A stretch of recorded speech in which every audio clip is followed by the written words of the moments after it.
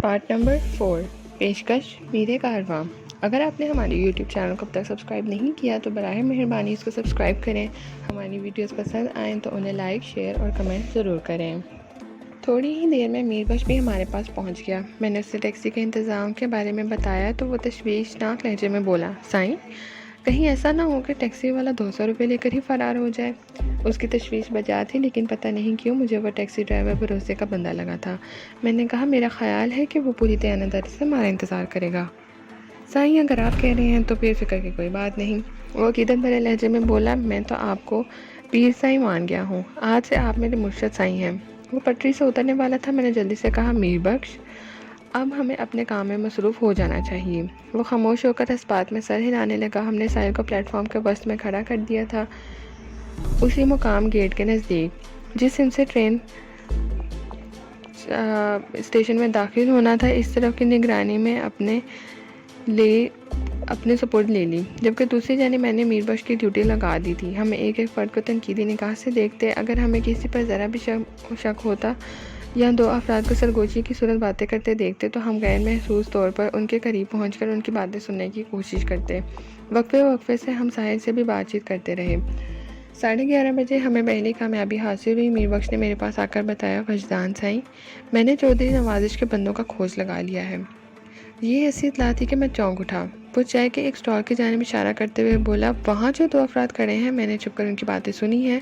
وہ نہایت ہی دھیمی آواز اور احتیاط انداز میں بوٹا سنگھ کے بارے میں کچھ کہہ رہے تھے۔ تصدیق کے لیے آپ بھی ایک ٹرائی مار لیں۔ میں نے اس بات میں سر ہلایا اور خاموشی سے چائے والے اس اسٹال کی جانب بڑھ گیا جس کا ذکر میر بخش نے کیا تھا۔ میں نے اسٹال سے 1 کپ چائے کا حاصل کیا اور اس 2 افراد کے نزدیک کھڑے ہو کر چائے کی چسکیاں لینے لگا۔ وہ دونوں بھی چائے ہی پی رہے تھے۔ میں بظاہر ان کی طرف سے بے نیاز کھڑا تھا، مگر میری تمام تر توجہ ان پر لگی تھی۔ میر بخش کی اطلاع 100% درست ثابت ہوئی۔ وہ دونوں چودھری ہی کے آدمی تھے اور اس وقت ان کے درمیان بوٹا سنگھ زیر بحث تھا۔ وہ ٹرین کے لیٹ ہونے پر برہمی کا اظہار بھی کر رہے تھے۔ میں تصدیق کر چکا تو ان سے تھوڑے فاصلے پر چلا گیا، پھر بغور ان کا جائزہ لینے لگا۔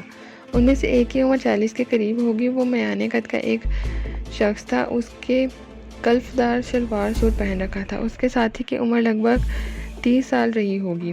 وہ دراز قامت اور متناسب جسم کا مالک تھا۔ اس نے بلیک پینٹ پر بلو شرٹ پہن رکھی تھی۔ اگر ہم ان دونوں کو نظر میں رکھتے تو بوٹا سنگھ تک رسائی ممکن تھی۔ میر بخش میرے نزدیک آ گیا۔ ساحل ہماری کارکردگی کو دیکھ رہی تھی۔ اس نے فوراً محسوس کر لیا کہ ہم کسی سراغ تک پہنچ گئے ہیں۔ وہ بھی آہستہ قدموں سے چلتے ہوئے ہمارے پاس آ گئی۔ جب ہم نے اسے اپنی کامیابی کے بارے میں بتایا تو اس کا چہرہ کھل اٹھا۔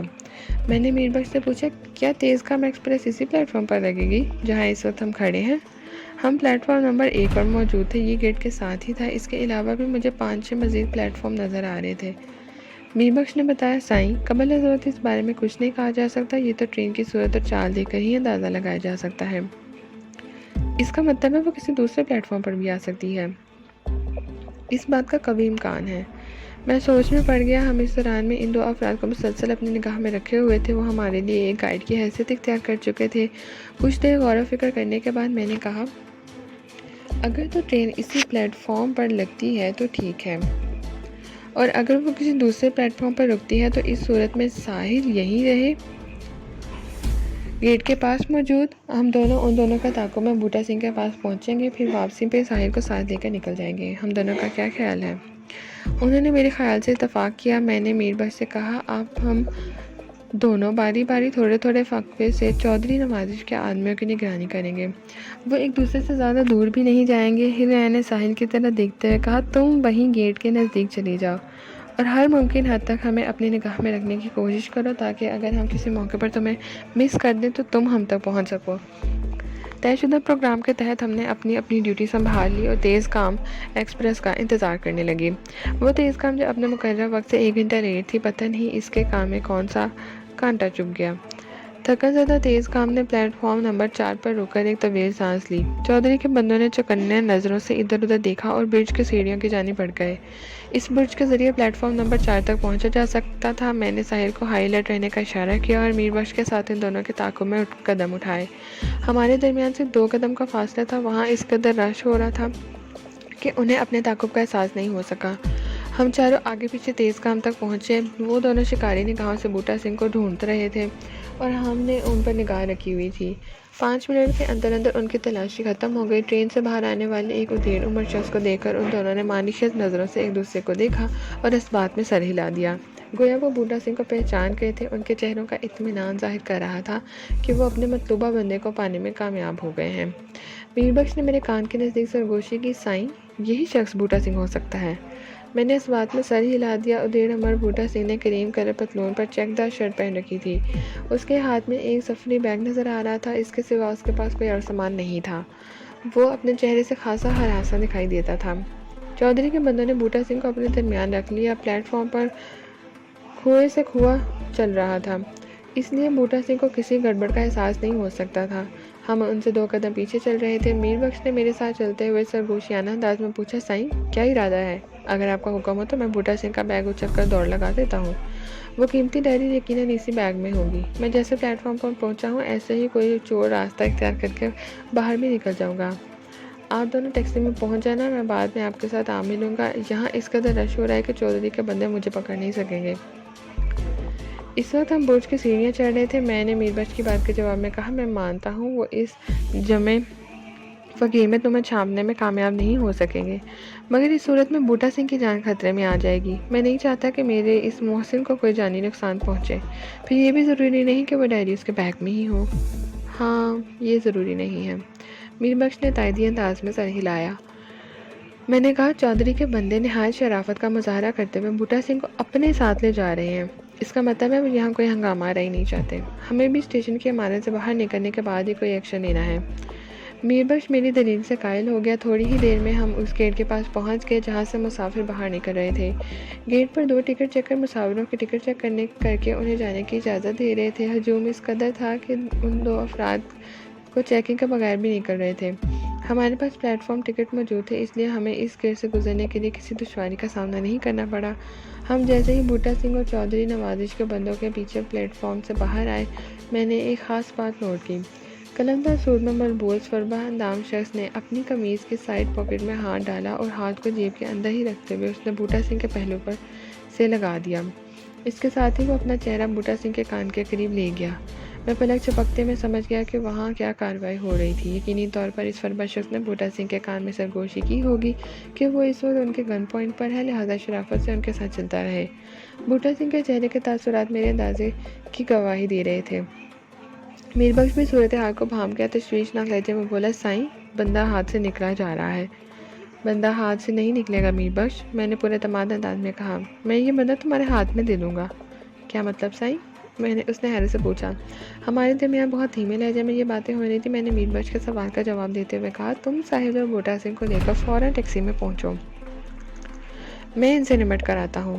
اپنی بات ختم کرتے ہی میں نے فربہ اندام شخص کی تشریف پر ایک زوردار لات رسید کی۔ اس وقت ہم اسٹیشن کی عمارت سے باہر نکلنے والے فرشی زینوں پر قدم رکھ چکے تھے۔ میری دھواں کک نے موٹے شخص کو کسی گولے کی مانند لڑکنے پر مجبور کر دیا۔ اس کا ہتھیار بردار ہاتھ سائیڈ پاکٹ سے باہر آ گیا۔ میرا اندازہ بالکل درست ثابت ہوا، اس کے ہاتھ میں ایک پسٹل موجود تھا۔ اسی لمحے میر بخش نے بوٹا سنگھ کا ہاتھ تھاما اور ٹیکسی کی جانب دوڑ لگا دی۔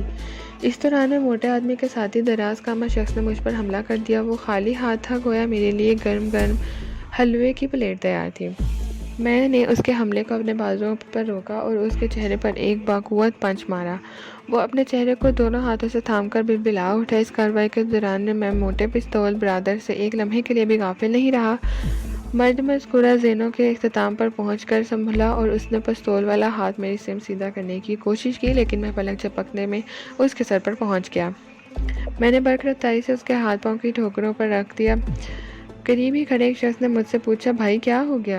میں نے موٹے شخص کی دنائی کرتے ہوئے کہا، یہ جیب کترا ہے، چور لٹیرا ہے، میں اس کی مرمت کر رہا ہوں۔ شاباش، اور مارو اور مارو۔ مجھے حوصلہ امیز انداز میں تسلی دی گئی۔ میں نے محسوس کیا کہ وہ میرا مقابلہ کرنے کی بجائے فرار کی فکر میں تھا۔ میں یہ نہیں کہنا چاہتا کہ وہ ڈر کر بھاگ رہا تھا، دراصل بوٹا سنگھ ان کے لیے بہت عام تھا، جو اب ان کے گن پوائنٹ پر نہیں رہا تھا، بلکہ وہ دونوں میرے کک پوائنٹ پر آ چکے تھے۔ مجھے اپنے عقب میں خطرناک سرگرمی محسوس ہوئی تو میں شرط سے پلٹ گیا۔ چودھری کا دوسرا نمک خوار میری گردن کو دبوچنے کے لیے اپنے پاسوں کو میری جانب بڑھا چکا تھا۔ میں نے اپنے بائیں ہاتھ کو اس کی گردن پر جمایا، پھر تھوڑا جھکتے ہوئے میں نے اس کی ٹانگوں میں ہاتھ دے کر اوپر کی جانب اس کو اچھالا۔ وہ فضا میں بلند ہوا تو میں نے دوسری جانب اچھال دیا اور اپنے موٹے ساتھی پر گرا دیا۔ یہ ایک طرح سے اچھا ہی ہوا کیونکہ وہ ایک مرتبہ پھر مجھے اپنے پستول کے نشانے پر لا چکا تھا۔ وہ دونوں ایک دوسرے سے گتھم گتھا دور تک لڑکتے چلے گئے۔ ٹرین کی آمد کے سبب وہاں رش تو ہو ہی رہا تھا، ہمارے اس اسپیشل شو کی وجہ سے خاصی افراتفری مچ گئی تھی۔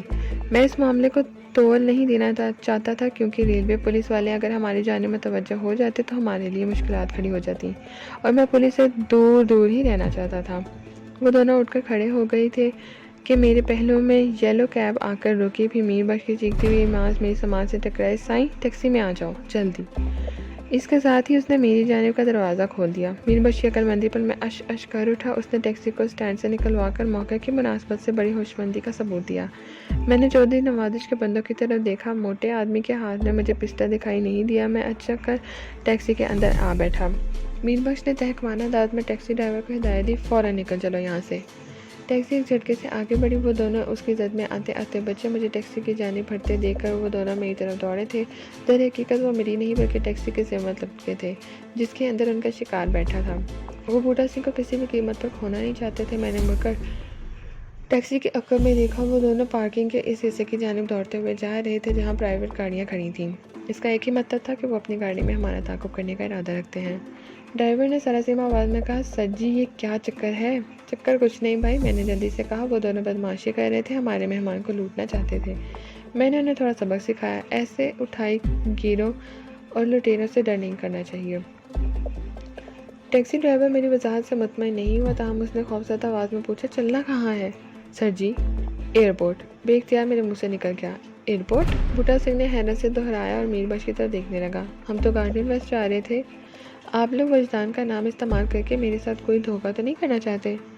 بوٹا سنگھ کے ان کلمات سے میں سمجھ گیا کہ میر بخش اسے ہمارے بارے میں مختصراً بتا چکا تھا، اس لیے وہ پرسکون اور خاموش بیٹھا تھا۔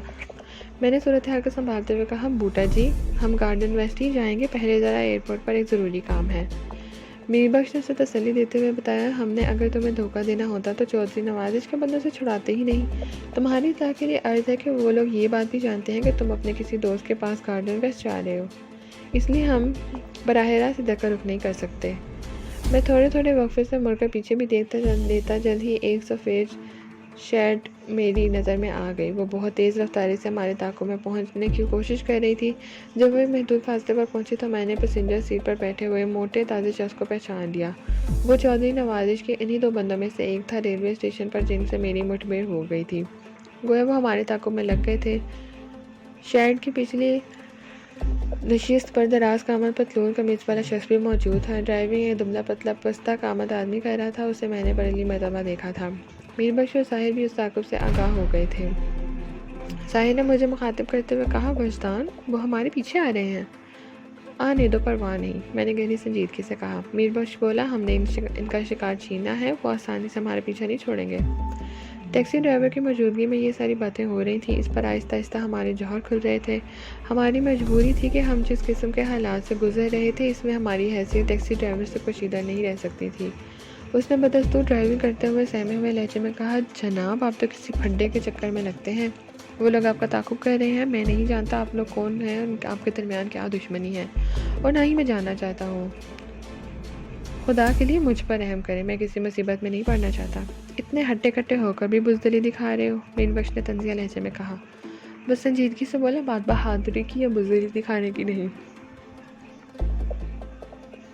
پھر کیا بات ہے مسٹر، میں نے پوچھا۔ میں پرائے پھڈے میں نہیں پڑنا چاہتا، وہ بے چارگی سے بولا۔ آپ اپنے 200 روپے بھی واپس لے لیں، مجھے نہیں چاہیے یہ رقم، آپ کوئی اور ٹیکسی کر لیں۔ اس کے ساتھ ہی اس نے ٹیکسی کی رفتار کم کرنا چاہی۔ اس وقت میر بخش نے اسے ریوالور کی جھلک دکھائی، وہ پھٹی پھٹی نگاہ سے ریوالور کو دیکھنے لگا۔ پیسنجر سیٹ پر براجمان میر بخش نے ریوالور کو ہاتھ میں پھیرتے ہوئے ٹھوس لہجے میں کہا، یہ بالکل اصلی ہے اور بھرا بھی ہوا ہے۔ کہو تو چیمبر چیک کرا دوں؟ نہیں، ٹیکسی ڈرائیور ہرکایا۔ میربخش کی پارٹدار آواز میں کہا، اپنی توجہ کو ڈرائیونگ پر مشغول رکھو، باتیں تم اسی طرف دیکھے بغیر بھی کر سکتے ہو۔ وہ ٹیکسی کی سپیڈ بڑھاتے ہوئے ونڈ اسکرین کے پار دیکھنے لگا۔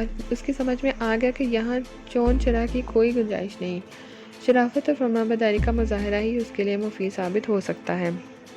میں نے دوستانہ انداز میں کہا، دیکھو مسٹر، ہماری تم سے کوئی دشمنی نہیں، اگر تم خاموشی سے ہمارے حکم کی تعمیل کرتے رہے تو ہم بہت جلد تمہیں آزاد چھوڑ دیں گے۔ تمہاری آزادی خود تمہارے ہاتھ میں ہے۔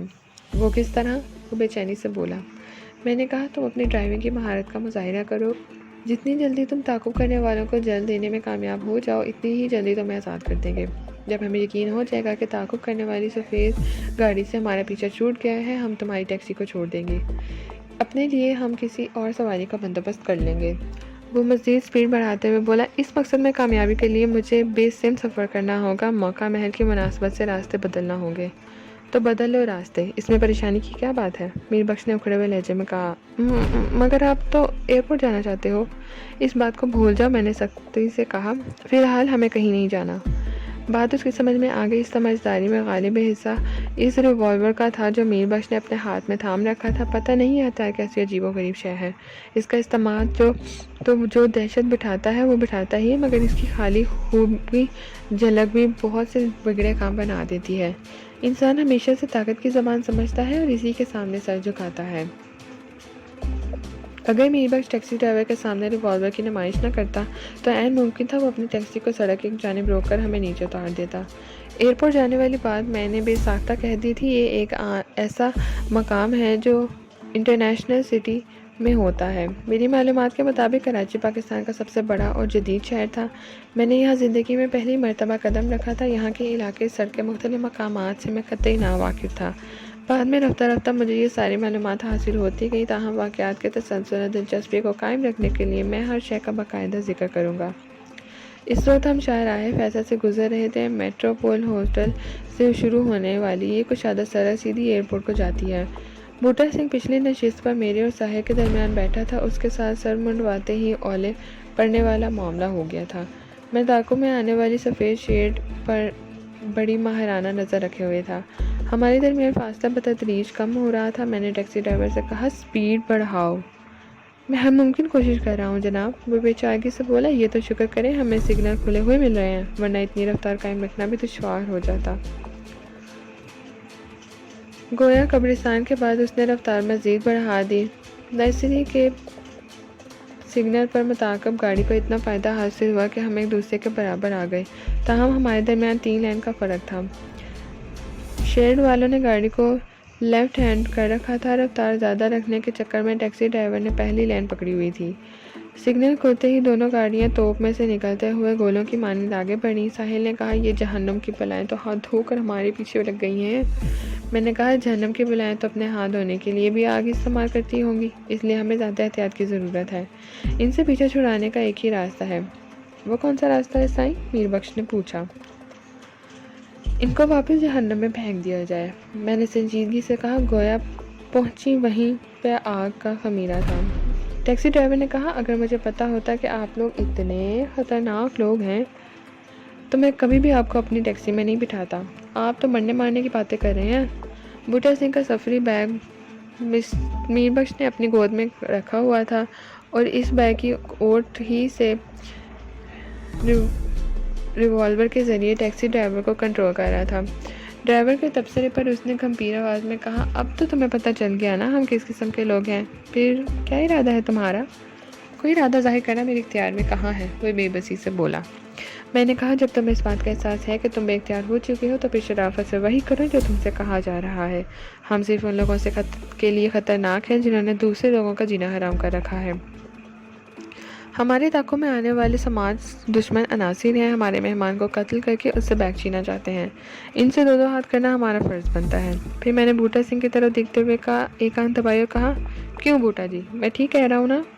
میں نے بوٹا سنگھ کے بجائے بوٹا جی کہہ کر اسے مخاطب کیا۔ وہ خاصا سمجھدار آدمی تھا، فوراً میرا اشارہ سمجھ گیا۔ اس نے خود کو سنگھ ظاہر نہیں کرنا، معنی خیز انداز میں گردن ہلاتے ہوئے بولا، وجدان بھائی، آپ بالکل صحیح کہہ رہے ہو۔ ساحل نے کہا، وجدان اگر اسی طرح کار چیزنگ ہوتی رہی تو نتیجہ برآمد ہونے میں بہت وقت لگ جائے گا، ہمارے پاس وقت بہت کم ہے۔ ساحل کی بات ختم ہوئی تو میں نے متعاقب شیڈ اور ٹیکسی کے درمیانی فاصلے کا اندازہ لگانے کے لیے پیچھے درگاہ دوڑائی تو اسی وقت میں ایک ہائی روف کو دیکھ کر چونک اٹھا۔ نیلے رنگ کی وہ ہائی روف بہت تیزی سے سفید شیڈ کے پیچھے لگی تھی۔ مجھے یہ سمجھنے میں قطعی کسی وقت دقت کا سامنا نہیں کرنا پڑا کہ نیلی ہائی روف سفید شیڈ کا تعاقب کر رہی تھی۔ اس وقت ہم کار ساز اور ڈرگ روڈ کے درمیان سفر کر رہے تھے۔ یہ کنٹونمنٹ کا علاقہ ہے اور اس لیے دائیں بائیں خاصا وسیع علاقہ تعمیرات سے خالی ہے۔ اس ٹکڑے میں بڑی فری ڈرائیونگ کی جا سکتی ہے۔ پتہ نہیں نیلی ہائی روف کب سے سفید شیڈ کا پیچھا پکڑے ہوئے تھی۔ میری نظر بلکہ ہماری نظر میں تو ابھی ابھی آئی تھی۔ میربخش سمیت ساحل اور بوٹا سنگھ بھی نیلی ہائی روف کے عزائم کو بھانپ گئے تھے۔ ساحل نے تشویشناک لہجے میں کہا، یہ شیڈ والوں کے ساتھی بھی ہو سکتے ہیں؟ نہیں، میں نے دو ٹوک انداز میں کہا۔ وجدان، یہ بات تم اتنے وثوق سے کس طرح کہہ رہے ہو؟ اگر نیلی ہائی روف والے چودھری نوازش کے بندوں کے ساتھی ہوتے تو انہیں ہماری ٹیکسی کے پیچھے آنا چاہیے تھا، میں نے ٹھہرے ہوئے لہجے میں کہا۔ وجدان سائیں، مجھے تو یہ لوگ چودھری نوازش کے مخالفین میں سے لگتے ہیں، میربخش نے اظہار خیال کرتے ہوئے کہا۔ میں نے سراہنے والے انداز میں کہا، تم بالکل ٹھیک نہج پر سوچ رہے ہو۔ ہمارے درمیان فاصلہ اب اتنا کم ہو گیا تھا کہ نیلی ہائی روف میں موجود لوگوں کو بآسانی دیکھا جا سکتا تھا۔ جس شخص نے ڈرائیونگ سیٹ سنبھالی ہوئی تھی وہ خاصا مشاق اور تجربہ کار نظر آتا تھا۔ دو افراد ہائی روف کے پچھلے حصے میں تھے، ان کی نگاہیں بھی سفید شیڈ پر جمی تھیں۔ اس نے میرے بہت سے دوستوں کی جانیں لی ہیں۔ لاشیں کے کچھ نذرانے اس کی خدمت میں چودھریہ میں بھی پہنچنے چاہیے۔ آپ نے دل خوش کر دیا سائیں، میربخش نے مسرور لہجے میں کہا۔ اب مجھے کوئی پرواہ نہیں، میں تو آپ کی وجہ سے ہاتھ روکے بیٹھا تھا۔ پھر میں نے ایک مقام پر ڈرائیور کو ٹیکسی روکنے کا کہا۔ راشد منہاج روڈ پر اب ہم خاصا آگے آ گئے تھے۔ ڈرائیور نے اللہ کا نام لے کر ٹیکسی روک دی۔ اس سے پہلے کہ میں اور میربخش ٹیکسی سے باہر آتے، سفید شیڈ ہمیں اوورٹیک کر کے 15-20 فٹ آگے رک گئی۔ چودھری کے کماشتوں نے گاڑی اس زاویے پر روکی تھی کہ اگر ہم چاہتے تو آگے نہیں بڑھ سکتے تھے۔ اسی وقت نیلی ہائی روف نے ہمیں دونوں کو اوورٹیک کیا اور شیڈ سے کچھ فاصلے پر رک گئی۔ سفید شیڈ ٹیکسی اور ہائی روف کے درمیان پھنس کر رہ گئی۔ میں نے ٹیکسی کے دروازے کو کھولنے کے لیے ہینڈل پر ہاتھ رکھا تو ایک منظر نے مجھے چونکنے پر مجبور کر دیا۔ میربخش بھی وحشت زدہ انداز میں ہائی روف کی طرف دیکھنے لگا۔ ساحل، بوٹا سنگھ اور ٹیکسی ڈرائیور میری ہدایت پر ٹیکسی رکتے ہی محفوظ پوزیشن میں جا چکے تھے، اس لیے وہ اس سنسنی خیز منظر کو نہ دیکھ سکے۔ ہائی روف بریکوں کی تیز چرچراہٹ کے ساتھ رکی تھی، اس کے ساتھ ہی گاڑی کا سلنڈر اور ڈور کھلا اور پچھلے حصے میں سوار دونوں افراد اچھل کر باہر آ گئے۔ وہ دونوں مسلح تھے، ان کے ہاتھوں میں چمکتی ہوئی کے کا رخ سفید شیڈ کی جانب تھا۔ وہ چیتے کی مانند جست بھر کر شیڈ کے قریب آ گئے، پھر ان کے لیے کلاشنکوف شیڈ پر گولیوں کی برسات کرنے لگیں۔ شیڈ میں موجود تینوں افراد سخت کسی کیفیت کا شکار تھے۔ گنوں سے نکلنے والے برسٹوں نے شیڈ کا ستیہ ناش مار دیا۔ ونڈ سکرین، سائیڈ سکرین اور گاڑی کی باڈی لہولہان ہو گئی۔ جب گاڑی کا یہ حشر ہوا تھا تو اس کے اندر والوں کا کیا حال ہوا ہوگا، اس کے اندر کا اندازہ بخوبی لگایا جا سکتا تھا۔ میں نے چودھری کے پالتو کتوں کو طرف طرف کر ٹھنڈے ہوتے ہوئے دیکھا۔ یہ سب کچھ بمشکل سیکنڈز میں پیش آیا تھا۔ شیڈ میں موجود تینوں افراد نابود ہو گئے۔ کلاشنکوف بردار افراد نے شیڈ کے اندر جھانک کر اپنا اطمینان کیا اور ہماری ٹیکسی کی جانب قدم اٹھانے لگے۔ وہ بہت نازک لمحات تھے۔ ہائی روف والوں کی لمحاتی کارروائی نے ہمیں ٹیکسی کے نیچے اترنے کا موقع نہیں دیا تھا۔ خوفناک برس کی آوازوں نے ہمارے ساتھیوں کو سانس روک کر چھپے رہنے پر مجبور کر دیا۔ میں اور میربخش آنے والوں کی جانب متوجہ ہو گئے۔ وہ دونوں ہماری ٹیکسی کے قریب آ رہے تھے۔ کسی لمحے کچھ بھی ہو سکتا تھا، تاہم کچھ بھی نہ ہوا۔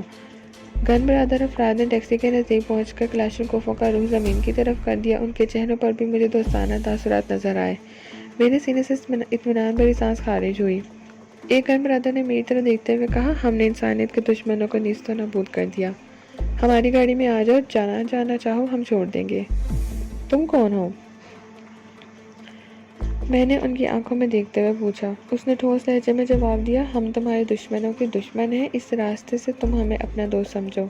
ابھی تھوڑی دیر میں یہاں پولیس آ جائے گی۔ یہ ٹیکسی ڈرائیور ریلوے اسٹیشن سے یہاں تک تم لوگوں کے بچاؤ کے لیے کچھ نہیں کر سکا، پولیس والوں سے کیا بچائے گا؟ اگر ہم پر بھروسہ کرتے ہو تو ہماری گاڑی میں آ جاؤ، کم آن۔ میں نے سیکنڈ کے 1000ویں حصے میں ان کے ساتھ جانے کا فیصلہ کر لیا۔ اس دوران میں ہمارے دیگر دونوں ساتھی بھی سروے ہو گئے۔ میرے اشارے پر وہ ٹیکسی سے باہر آ گئے اور میر بخش بھی نیچے اتر آئے۔ ٹیکسی ڈرائیور کی جان میں جان آئی۔ میں نے اسے کہا، آپ تم جہاں چاہو جا سکتے ہو، ہم نے تمہیں آزاد کیا۔ پھر ہم سب نیلی ہائی روف میں آ بیٹھے۔ ہمارے اندر پہنچتے ہی ڈرائیور نے ایک جھٹکے سے گاڑی آگے بڑھا دی۔ دیکھتے ہی دیکھتے وہ ہوا سے باتیں کرنے لگی۔ کلاشنکوف برادر دونوں افراد ہمارے ساتھ گاڑی کے پچھلے حصے میں تھے۔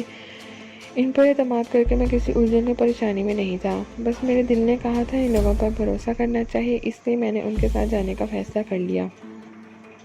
ساحل اور بوٹا سنگھ سراسیمہ نظر سے بار بار اپنے عقب میں دیکھ رہے تھے، جبکہ میر بخش خاصا سنجیدہ تھا۔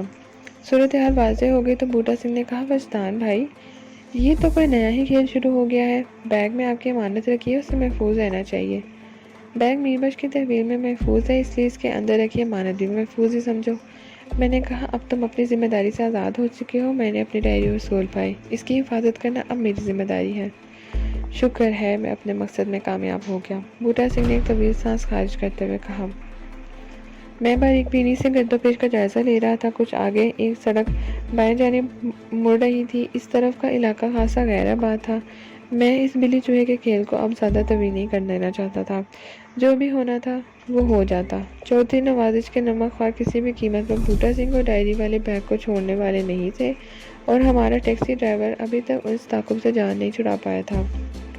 اتنی مہلت ہمارے پاس نہیں تھی کہ ڈرائیور کو ہٹا کر میں خود ڈرائیونگ سیٹ پر آ بیٹھتا۔